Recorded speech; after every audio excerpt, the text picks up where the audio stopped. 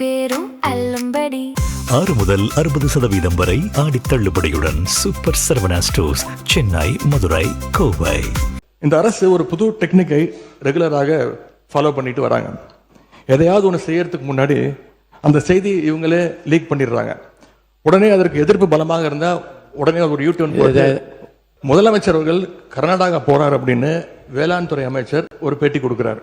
அப்புறம் அவரே அதை மறுத்து பேசுகிறார். அப்புறம் இன்னும் 2 அமைச்சர்கள் அதிகாரபூர்வமாக எந்த முடிவையும் நாங்கள் எடுக்கவில்லை என்று கூறுகிறார்கள். காவிரி விவகாரத்தை ரொம்ப கவனமாக கையாளணும். எந்த கட்சி ஆளுகிறது, எந்த கட்சிக்கு பெருமை, யாருக்கு பெருமைன்னெலாம் பார்க்கக்கூடாது. இது தமிழக மக்களுடைய பிரச்சனை அப்படின்னு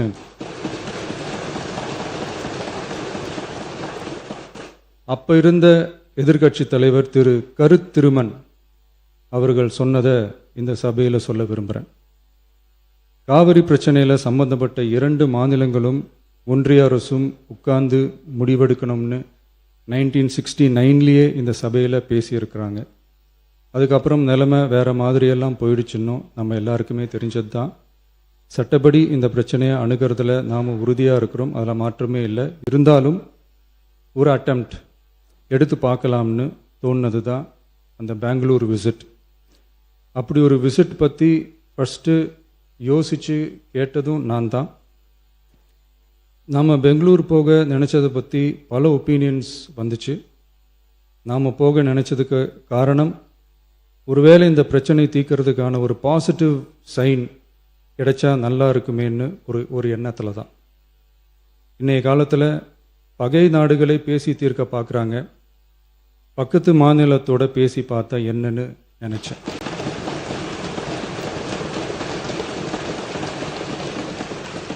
அதனால தான் அப்படி ஒரு அட்டெம்ப்ட் எடுக்க நான் ட்ரை பண்ணோம். ஒருவேளை அந்த அட்டெம்ப்டில் ஒரு அவமானம் நேர்ந்தால் என்ன செய்யன்னு சில பேர் கேட்டாங்க. அப்படி நடந்தால் தமிழ்நாட்டு மக்களுக்காக அதையும் தாங்க தயாராக தான் இருக்கேன்.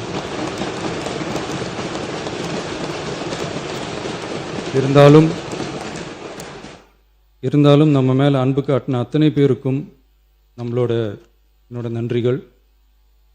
இந்த காவிரி விவகாரம் பற்றி மாண்புமிகு நீர்வளத்துறை அமைச்சர் அவர்கள் உரிய விளக்கம் அளிப்பார். அதே மாதிரி காவிரி பிரச்சனையால் பாதிக்கப்பட்ட விவசாயிகளுக்கான அந்த இன்சூரன்ஸ் ப்ரீமியம் அரசே கட்டுறதை பற்றி கேட்டிருந்தாங்க. அதுக்கான விரிவான பதிலை மாண்புமிகு விவசாய அமைச்சர் அவர்கள் தருவார். அப்புறம் இந்த குறுவை சாகுபடிக்கு அந்த நிவாரண தொகுப்பு பற்றி எதிர்கட்சியிலேருந்து கேட்டிருந்தாங்க. அந்த குறுவை சாகுபடிக்கு அந்த நிவாரணம் ஏற்கனவே கொடுத்தாச்சு, வழங்கியாச்சு. இது அரசியலே நாங்கள் தான் அப்படின்னு சொல்லிக்கிறவங்களுக்கு இது எப்படி தெரியாமல் போச்சுன்னு எனக்கு தெரியல.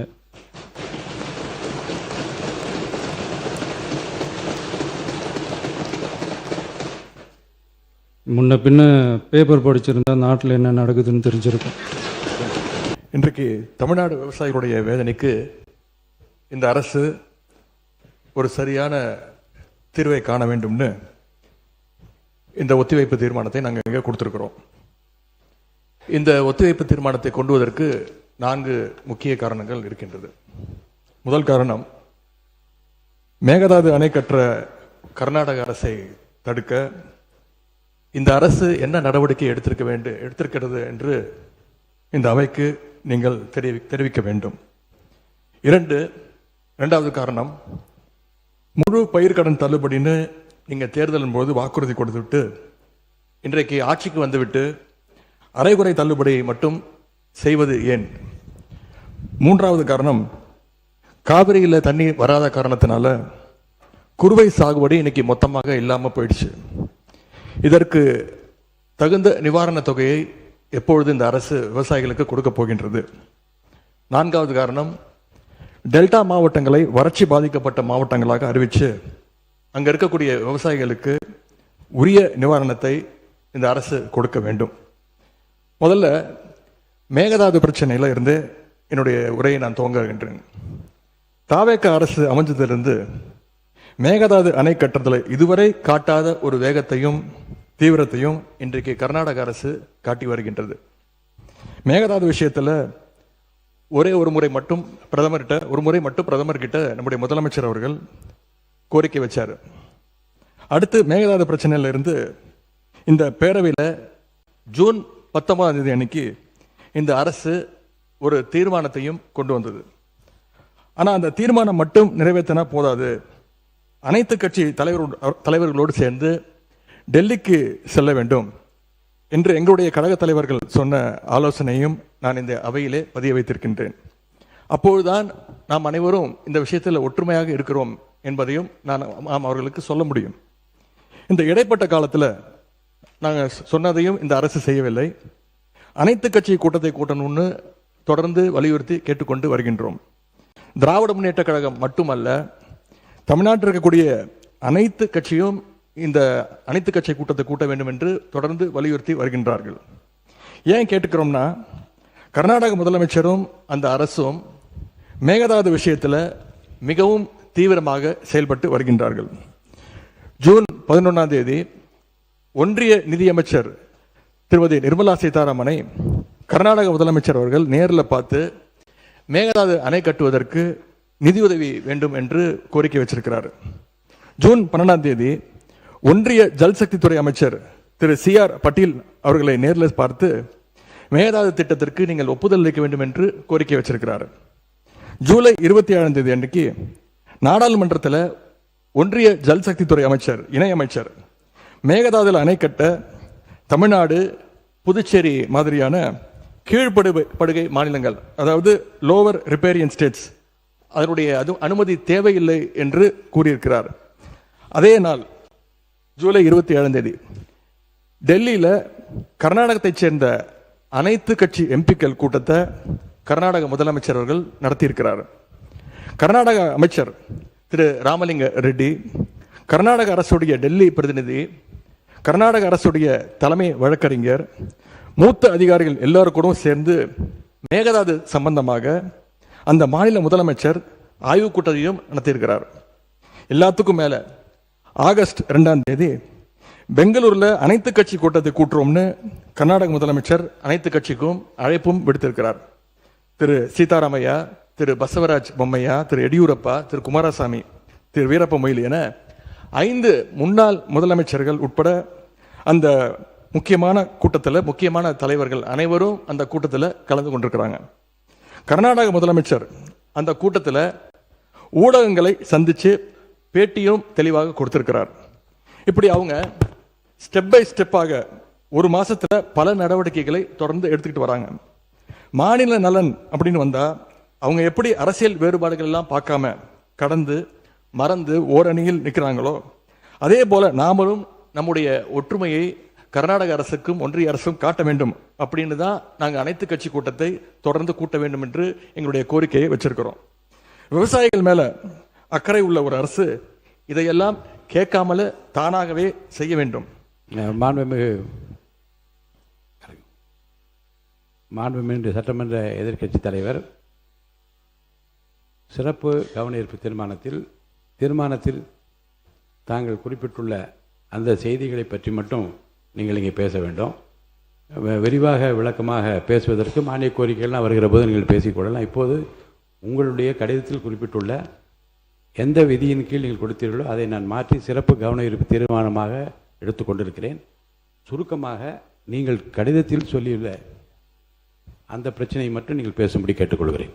ஏன் அனைத்து கட்சி கூட்டத்தை கூட்ட மறுக்கிறீர்கள் என்பதுதான் சிம்பிளாக நான் கேட்கக்கூடிய கேள்வி. நாம தொடர்ந்து அழுத்தம் கொடுத்த பிறகு இப்பொழுது ஜூலை 28ஆம் தேதி அன்னைக்கு பிரதமருக்கு 2வது கடிதத்தை நம்முடைய முதலமைச்சர்கள் எழுதியிருக்கிறார். எங்களுடைய தலைவர் முதலமைச்சராக இருந்தப்போ தமிழ்நாட்டுடைய பிரச்சனைகளுக்காக கடிதங்கள் எழுதினதை விமர்சித்து இப்போ இங்கே இருக்கக்கூடிய முதலமைச்சர் அவர்கள் என்னென்ன பேசியிருக்கிறார் என்பதை இங்கே கொஞ்சம் ரீவைண்ட் செய்து நீங்கள் பார்க்க வேண்டும். முதலமைச்சர் பேச்சை தான் இங்கே நான் அவை குறிப்பில் குறிப்பிட விரும்புகிறேன். அதை நீக்க மாட்டீங்க அப்படின்னு நான் நம்புகிறேன். ஸ்டாலின் அவர்கள் அப்பப்போ எந்திரிச்சு கடிதம் எழுதிட்டு தூங்க போயிடுவார், அவ்வளவுதான், அது அப்படியே கிடக்கும். மானே தேனே பொன்மானே இப்படி கடிதம் எழுதுறது எல்லாம் இனிமே வேலைக்கு ஆகாது. நான் திரும்ப ஏற்கனவே சொல்லிட்டேன். அப்புறம் நீங்கள் பேசியதை அவை குறிப்பில் நீக்க வேண்டியது வரும். நீங்கள் கொடுத்திருக்கிற விதியை நான் சிறப்பு கவன ஈர்ப்பு தீர்மானமாக எடுத்துக்கொண்டிருக்கிறேன். நீங்கள் கொடுத்து தான் பேச வேண்டும். அதெல்லாம் பேசுவதற்கு உங்களுக்கு மானிய கோரிக்கைகள் வருகிறது. மற்ற சமயத்தில் இப்போது அதை அனுமதிக்க இயலாது. கவன ஈர்ப்பில் விதிகளின்படி எந்த பொருள் குறித்து நீங்கள் கவன ஈர்ப்பு கொடுத்து சிறப்பு கவன ஈர்ப்பு கொடுத்திருக்கீங்க அதை குறித்து மட்டும்தான் பேச வேண்டும். மீதி விஷயங்களை பேசுவதற்கு நான் அனுமதிக்க மாட்டேன். தேவையற்ற சர்ச்சையும் எதை நோக்கி போக வேண்டும் என்று இந்த தமிழ்நாடு விரும்புகிறதோ அதை நோக்கி மட்டும் போங்கள்.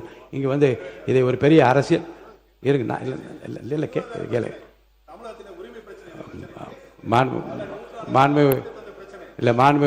முன்னாள் முதலமைச்சருக்கும் தெரியும் இந்த ஜீவாதார பிரச்சனையை வந்து எப்படி கையாளுவது என்பதை பற்றி மாநில அரசுக்கும் தெரியும்.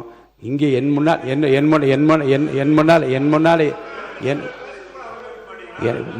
என் முன்னாலே இருப்பது விதிகளின்படி இந்த பேரவையை நடத்த வேண்டும் என்பதில் நான் அக்கறையாக இருக்கிறேன்.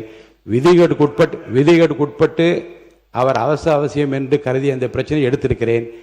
அவர் கொடுத்திருக்கிற இந்த கவன ஈர்ப்பு தீர்மானத்தில் என்ன குறிப்பிட்டிருக்கிறாரோ அந்த கருத்துக்களை சாதாரணமாக மரபு என்ன என்றால் அதை படித்துவிட்டு இந்த பிரச்சனையை உங்கள் கவனத்திற்கு கொண்டு வந்து கவனத்தை ஈர்க்கிறேன் என்று சொல்ல அமர்வதுதான் சரி. ஆனால் இதில் நான் பிரச்சனையின் தீவிரம் கருதி நான் அவரை பேச அனுமதித்திருக்கிறேன். மேற்கொண்டு பிரச்சனையை அரசியல் நோக்கத்தில் கொண்டு செல்லாமல் இதில் நீங்கள் குறிப்பிட்டுள்ள இந்த பிரச்சனையை பற்றி மட்டும் படித்துவிட்டு அமருமாறு கேட்டுக்கொள்கிறேன். இல்லை இருங்க, நீங்கள் இருங்க. மாண்பு உறுப்பினர் ஏற்கனவே முன்னாள் முதலமைச்சர் அதை சொல்லிட்டாங்க, நீங்கள் உட்காருங்க. மாண்பு பேரவைத் தலைவர்கள், இந்த பிரச்சனை தீவிரமான பிரச்சனை என்று நீங்களே சொல்கிறீர்கள். நான் கேட்பதெல்லாம் ஒன்று தான். நாங்கள் தொடர்ந்து அனைத்து கட்சி கூட்டத்தை கூட்ட வேண்டும் என்று கேட்டுக்கொள்கின்றேன். காவிரியில் இந்த பிரச்சனையை தீர்ப்பதற்காக கர்நாடக அரசு தொடர்ந்து அனைத்து கட்சி கூட்டத்தை கூட்டிகிட்டு இருக்கிறாங்க. அங்கே இருக்கிறவங்க எல்லாருடைய கருத்துக்களையும் கேட்குறாங்க. ஏன் தமிழக அரசு அனைத்து கட்சி கூட்டத்தை கூட்டுவதை தவிர்க்கின்றது என்பதுதான் எங்களுடைய கேள்வி. அதாவது பேரவைத் தலைவர் வாயிலாக இன்னும் இங்கே தெரிவிக்க விரும்புகின்றேன். இந்த அரசு ஒரு புது டெக்னிக்கை ரெகுலராக ஃபாலோ பண்ணிட்டு வராங்க. எதையாவது ஒன்று செய்யறதுக்கு முன்னாடி அந்த செய்தி இவங்களே லீக் பண்ணிடுறாங்க. உடனே அதற்கு எதிர்ப்பு பலமாக இருந்தால் உடனே ஒரு யூடியூன் சொல்றேன். தேவையற்ற பிரச்சனை திருப்பும் நான் சொல்லுகிறேன். இந்த பிரச்சனையை ஒட்டி மற்றும் பேசுங்கள். எந்த ஸ்ட்ராட்டஜி இதெல்லாம் என் முன்னால் இருக்கிற பிரச்சனை தேவையில்லை. வாங்க,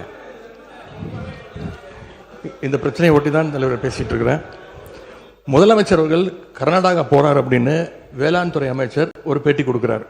அப்புறம் அவரே அதை மறுத்து பேசுகிறார். அப்புறம் இன்னும் 2 அமைச்சர்கள் அதிகாரபூர்வமாக எந்த முடிவையும் நாங்கள் எடுக்கவில்லை என்று கூறுகிறார்கள்.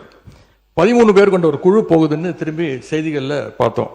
கடைசியில் என்ன ஆச்சுன்னா, கர்நாடக முதலமைச்சர் சொல்லிட்டார், இந்த தமிழ்நாடு முதலமைச்சர் இங்கே வர வேண்டாம், நாங்கள் தண்ணியெல்லாம் கொடுப்பதற்கு தயாராக இல்லை என்று கர்நாடக முதலமைச்சர் அவர்கள் தெரிவிக்கிறார்.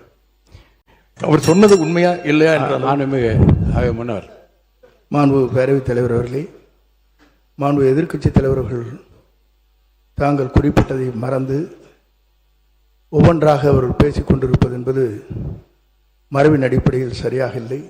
என்று சொன்னால் என்ன முக்கியமான பிரச்சனை என்ற முறையிலே தான் அவர்களுக்கு இவ்வளவு நேரம் பேச அனுமதித்தார்கள். மீண்டும் அதையே திருப்பி நம்முடைய எதிர்க்கட்சி தலைவர்கள் ஒரு அரசியல் ரீதியாக பேசி வருவது சரியாக இருக்காது.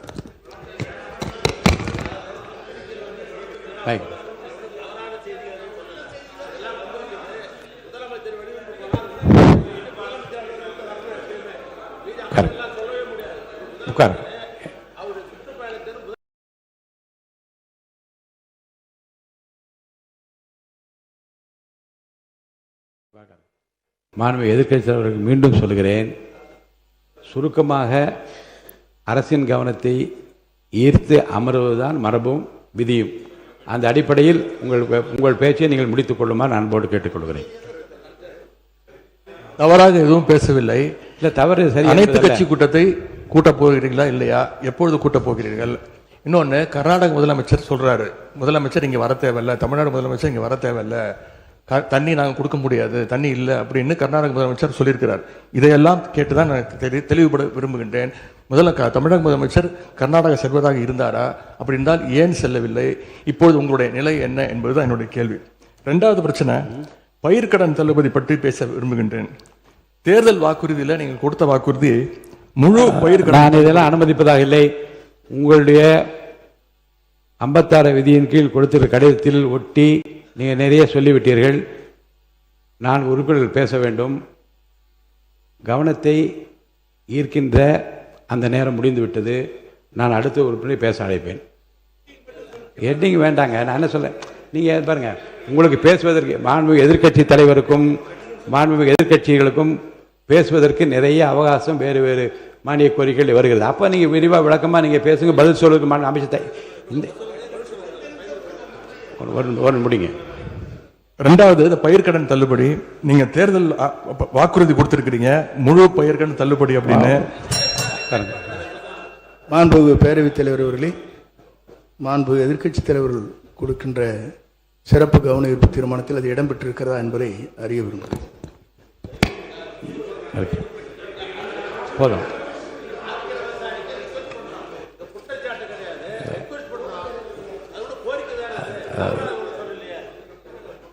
பாருங்க, கவனத்தை ஈர்க்கின்ற அந்த பிரச்சனை மாறி இது வேறு வேறு திசைகளிலே செல்லுமானால் எந்த பிரச்சனைக்காக இதனை அனுமதித்தேனோ அந்த பிரச்சனை நிறைவேறாது. அருள் கூர்ந்து இதற்காக தான் நாங்கள் விவசாயிகள் போராடிட்டு இருக்கிறாங்க. நீங்கள் பயிர்க்கடன் தள்ளுபடி முழுமையாக கொடுப்போம்னு சொன்னீங்க, கொடுக்கல. இதையும் சேர்த்து தான் அங்கே விவசாயிகள் இங்கே போராட்டத்தில் ஈடுபட்டு இருக்கிறாங்க. எவ்வளவு டைம் தேவைப்படும் அப்படின்னு சொல்ல வேண்டும். அதே மாதிரி டெல்டாவில் இருக்கக்கூடிய அனைத்து தரப்பு விவசாய சங்க பிரதிநிதிகளையும் சந்திச்சு பேசுகிற மாதிரி முதலமைச்சர் அவர்கள் ஒரு கூட்டத்தை கூட்ட வேண்டும். மூன்றாவதாக, குறுவையில் நஷ்டத்தை சந்திச்சிருக்கக்கூடிய விவசாயிகளுக்கு இந்த அரசு உரிய இழப்பீடு வழங்கணும்னு கேட்டுக்கொள்கின்றேன். எங்களுடைய ஆட்சியில் 6.5 லட்சம் ஹெக்டேர் அளவுக்கு குறுவை சாகுபடி நடந்துச்சு. ஆனால் இன்றைக்கு இந்த வருஷம் இந்த ஆட்சியில் வெறும் 1.5 லட்சம் ஹெக்டேர் அளவுக்கு தான் குறுவை சாகுபடி நடந்திருக்கு. நீங்கள் ஸ்பெஷல் பேக்கேஜ்னு சொல்லி 134 கோடி அறிவிச்சிருக்கிறீங்க. அதை எத்தனை பேருக்கு கொடுத்துருக்கிறீங்க என்பதை இந்த அவையில் தெரிவிக்க வேண்டும். ஏதாவது கணக்கெடுப்பு நடத்தியிருக்கிறீர்களா? மாண்புமிகு பொதுப்பணித்துறை அமைச்சர்.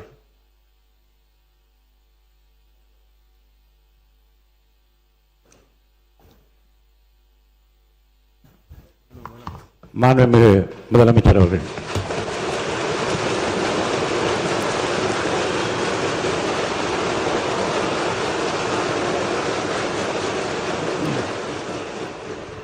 மாண்புமிகு பேரவைத் தலைவர் அவர்களே, உட்காருங்க. அவங்க பேசும்போது குறுக்கிட வேணாம், உட்காருங்க. இன்னொன்று நீங்கள் இல்லை, இடையில அனுமதிக்க முடியாது. இல்லைங்க, இல்லைங்க, உட்காருங்க. நான் எல்லா வாய்ப்பு கொடுப்பேன். இருங்க, உங்களுக்கு கொடுக்குறேங்க. உங்கள் பேரை படிச்சு இருங்க. உங்கள் பேரை தெளிவாக படிச்சுட்டேன். உட்காருங்க. உங்களுக்கு இல்லை, இப்போ அவங்க பேருங்க. அவர் இல்லை, இருங்க, உட்காருங்க. விதிகளின்படி தான் நடக்குது. உட்காருங்க. நான் சொல்றதை கேட்டு. எதிர்கட்சி தலைவர் இன்னும் முடிக்கலைங்க. அவர் பேச முடிச்சிட்டாரா? இன்னும் எதிர்கட்சி இன்னும் முடிக்கவே இல்லை. உட்காருங்க. நீங்க அவர் பேசி என்ன அதுதான் பேசுறேன். எது சட்டமோ எது விதியா தான் நான் பேசுறேன். எனக்கு பயப்பட சொல்லி நான் சொல்லுங்க. அவைக்கு பயப்படுங்க, விதிக்கு பயப்படுங்க. எனக்கு பயப்பட வேண்டாம், விதிக்கு பயப்படுங்க. மாண்புமிகு எதிர்க்கட்சி பேசி முடிக்கல. அவர் பேசி முடித்த இருங்க. அவர் பேசுகிற போது குறுக்கீடு பாருங்க. அவர் பேசுகிற போது தயவுசெய்து உட்காருறீங்களா? உட்காருங்க. என்ன உட்காருங்க, நான் அனுமதி தரேன். பேரவை முன்னவர் பேசுங்க. பேரவை முன்னவர் உட்காருங்க, பேசுங்க. நீங்க பேச கருத்து சொல்லுங்க. மாண்பு பேரவைத் தலைவர் அவர்களே, ஒரு நிமிஷம். மாண்பு பேரவைத் தலைவர் அவர்களே, எதிர்க்கட்சி தலைவர் சொன்னதற்காக இல்லை, ஒரு நிமிஷம். எதிர்க்கட்சி தலைவர் குறிப்பிட்டதற்காக அதற்கு ஒரு பதில் அளித்ததற்கு பிறகு முறைப்படி உங்களுக்கும் அந்த வழங்கப்படும். ஆகவே நீங்கள் அதுக்குள்ள அவசரப்படாது. அதுதான் சொல்றேன். நான் அதுதானே சொல்றேன். மாண்புமிகு முதலமைச்சர் அவர்கள்.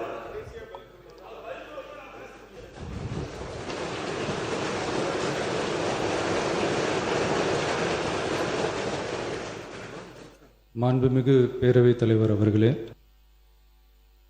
காவிரி விவகாரத்தில் எதிர்கட்சி சில விவரங்களை கேட்டிருக்கிறாங்க. காவிரி நமக்கு உயிர் ஆதாரம், நம்மளோட உணர்வு ரீதியான ஒன்று. அதனால் அதை வச்சு அரசியல் பண்ணுற எண்ணம் துளி கூட நம்ம அரசுக்கு இல்லை.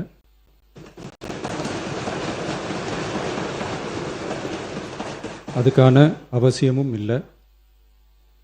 மேகதாது விவகாரத்தில் நாம் எல்லாரும் சேர்ந்து தான் தீர்மானம் போட்டோம். அதை நேர்முக கடிதமாக மாண்புமிகு பிரதமர் அவர்களுக்கும் அனுப்பி வச்சிருக்கிறோம். அதோடு நாம் அப்படியே இருந்துடல. ராஜ்யசபாவில் ஒன்றிய ஜல் சக்தி துறை இணை அமைச்சர் மேகதாது அணை பற்றி முழு விவரங்களை குறிப்பிடலைன்னு தெரிஞ்சதும் காவிரி நடுவர் மன்றத்தின் இறுதி தீர்ப்பு மற்றும் மாண்புமிகு சுப்ரீம் கோர்ட் தீர்ப்பு சம்பந்தமான விதிகள் மற்றும் பத்திகளை கோட் பண்ணி மேகதாது திட்டத்துக்கு எந்த விதமான சட்டபூர்வமான அனுமதியோ நிர்வாக அனுமதியோ வழங்கக்கூடாதுன்னு மாண்புமிகு பிரதமர் அவர்களுக்கு அடுத்த நாளே நேர்முக கடிதம் எழுதினோம்.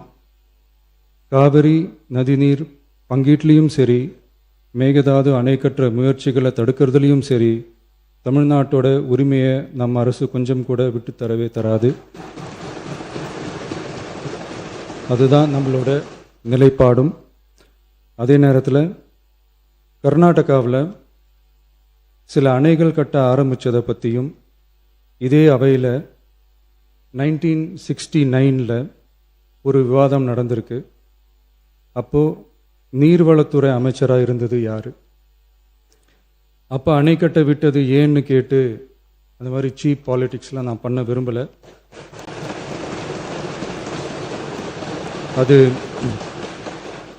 அது நம்ம நோக்கமும் இல்லை. ஏன்னா காவிரி விவகாரத்தை ரொம்ப கவனமாக கையாளணும். எந்த கட்சி ஆளுகிறது, எந்த கட்சிக்கு பெருமை, யாருக்கு பெருமைன்னெலாம் பார்க்கக்கூடாது. இது தமிழக மக்களுடைய பிரச்சனை அப்படின்னு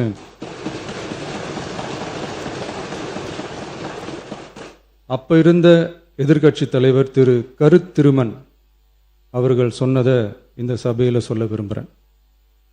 காவிரி பிரச்சனையில் சம்பந்தப்பட்ட 2 மாநிலங்களும் ஒன்றிய அரசும் உட்கார்ந்து முடிவெடுக்கணும்னு 1969 இந்த சபையில் பேசியிருக்கிறாங்க. அதுக்கப்புறம் நிலைமை வேறு மாதிரியெல்லாம் போயிடுச்சுன்னும் நம்ம எல்லாருக்குமே தெரிஞ்சது தான். சட்டப்படி இந்த பிரச்சனையை அணுகிறதுல நாம் உறுதியாக இருக்கிறோம், அதில் மாற்றமே இல்லை. இருந்தாலும் ஒரு அட்டெம்ப்ட் எடுத்து பார்க்கலாம்னு தோணுனது தான் அந்த பெங்களூர் விசிட். அப்படி ஒரு விசிட் பற்றி ஃபஸ்ட்டு யோசித்து கேட்டதும் நான் தான். நாம் பெங்களூர் போக நினச்சதை பற்றி பல ஒப்பீனியன்ஸ் வந்துச்சு. நாம் போக நினச்சதுக்கு காரணம், ஒருவேளை இந்த பிரச்சனை தீர்க்கறதுக்கான ஒரு பாசிட்டிவ் சைன் கிடைச்சா நல்லா இருக்குமேன்னு ஒரு எண்ணத்தில் தான்.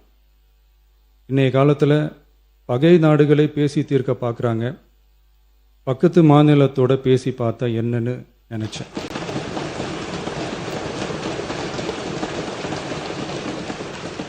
அதனால தான் அப்படி ஒரு அட்டெம்ப்ட் எடுக்க நான் ட்ரை பண்ணோம். ஒருவேளை அந்த அட்டெம்ப்டில் ஒரு அவமானம் நேர்ந்தால் என்ன செய்யன்னு சில பேர் கேட்டாங்க. அப்படி நடந்தால் தமிழ்நாட்டு மக்களுக்காக அதையும் தாங்க தயாராக தான் இருக்கேன்.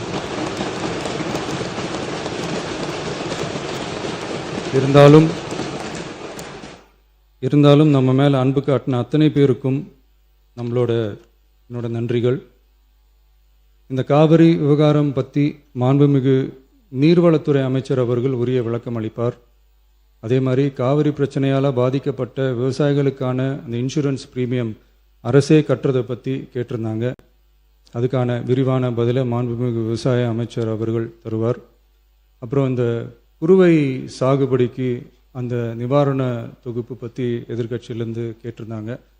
அந்த குறுவை சாகுபடிக்கு அந்த நிவாரணம் ஏற்கனவே கொடுத்தாச்சு, வழங்கியாச்சு. இது அரசியலே நாங்கள் தான் அப்படின்னு சொல்லிக்கிறவங்களுக்கு இது எப்படி தெரியாமல் போச்சுன்னு எனக்கு தெரியல.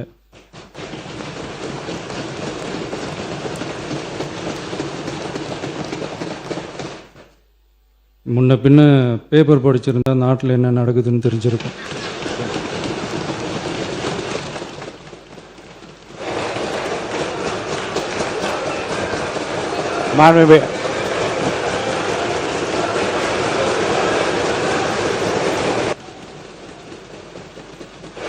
மாண்புமிகு எதிர்க்கட்சி தலைவர் சுருக்கமாக, கொஞ்சம் அமைதியா இருங்க. மாண்புமிகு எதிர்க்கட்சி தலைவர் பேசுவதற்கு நீங்க அமைதியா இருங்க. நீங்களே இப்படி பிரச்சனை பண்ணா எப்படி? அமைதியா இருங்க, அவங்க பேசணும் சுருக்கமாக. பேரவைத் தலைவர் அவர்களே, ஸ்பெஷல் பேக்கேஜ்னா நீங்கள் கொடுத்தது 134 கோடி கொடுத்தீங்க. அது அனைத்து அரசுலையும் கொடுக்கறக்கூடிய ஸ்பெஷல் பேக்கேஜ் தான். இப்போ வறட்சி நிவாரண நிதி அவங்க கேட்குறாங்க. இது ரெண்டுத்துக்கும் வித்தியாசம் தெரிஞ்சுக்க வேண்டும். இது வெறும் டெய்லி காலைல பேப்பர் படித்தா மட்டும் பத்தாது. அங்கே அனைத்து கட்சி கூட்டத்தை கூட்டி அனைத்து விவசாயிகளோடையும் போய் கலந்து பேசி அவங்களுடைய கோரிக்கைகள் என்னன்னு நீங்கள் தயவுசெய்து கேட்டுக்கொள்ள வேண்டும். அதே மாதிரி அதே முன்னர் மாண்புமிகு இதெல்லாம் மன்னிக்கணும். மாண்புமிகு எதிர்க்கட்சி தலைவர்கள் இப்போது வறட்சி நிவாரணத்தை பற்றி சொன்னார்கள். செப்டம்பர் இறுதி வரையிலும் பார்த்துவிட்டு தான் வறட்சி நிவாரண பணிகளை ஆற்றுவது வழக்கம். அவை அதை குறிப்பிட விரும்புகிறேன்.